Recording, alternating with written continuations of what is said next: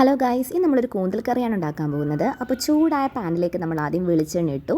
വെളിച്ചെണ്ണ ചൂടായതിന് ശേഷം നമ്മൾ ഇഞ്ചി, വെളുത്തുള്ളി എന്നിവ ചേർത്തു. ഒരു 2 പച്ചമുളക്, ആവശ്യത്തിന് വേപ്പില എന്നിവ ചേർക്കുന്നുണ്ട്. നന്നായി വഴറ്റിയതിന് ശേഷം ഒരു 8-10 ചെറിയുള്ളി ചെറുതായി അരിഞ്ഞത്, ഒരു സവാളയുടെ ഹാഫ് ചെറുതായി അരിഞ്ഞത് എന്നിവ ചേർത്ത് നന്നായി വഴറ്റുന്നുണ്ട്.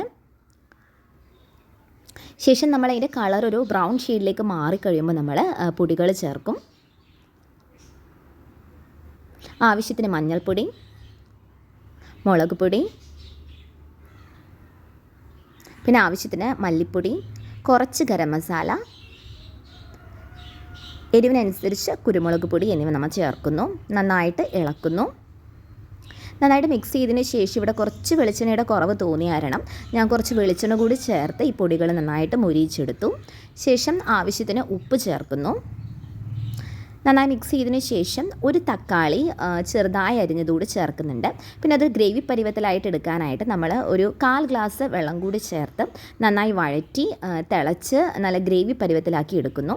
ശേഷം ഈ ഗ്രേവി നമ്മൾ കുക്കറിലേക്ക് മാറ്റുന്നു. കാരണം കുക്കറിലാണ് നമ്മൾ ഇത് വേവിച്ചെടുക്കാൻ പോകുന്നത്.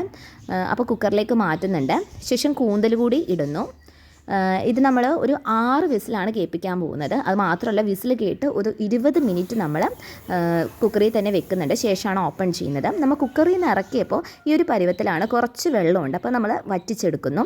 എനിക്ക് ചാറ് വേണ്ട രീതി ആയതുകൊണ്ട് ഞാൻ മൊത്തത്തിൽ വെള്ളം അങ്ങോട്ട് വറ്റിക്കുന്നില്ല. നിങ്ങൾക്ക് കുറച്ചുകൂടി കുറുകിയതും കുറച്ച് ഡ്രൈ ആയിട്ടുള്ളതുമാണ് വേണ്ടെങ്കിൽ നമുക്ക് നന്നായിട്ട് വറ്റിച്ചെടുത്താൽ നല്ല ടേസ്റ്റിൽ ഡ്രൈ ആയിട്ടുള്ള കൂന്തൽ കറി കിട്ടും. കുറച്ചുകൂടി ഡ്രൈ ആക്കിയാൽ നമുക്കിത് കൂന്തൽ ഫ്രൈ ആക്കി എടുക്കാം.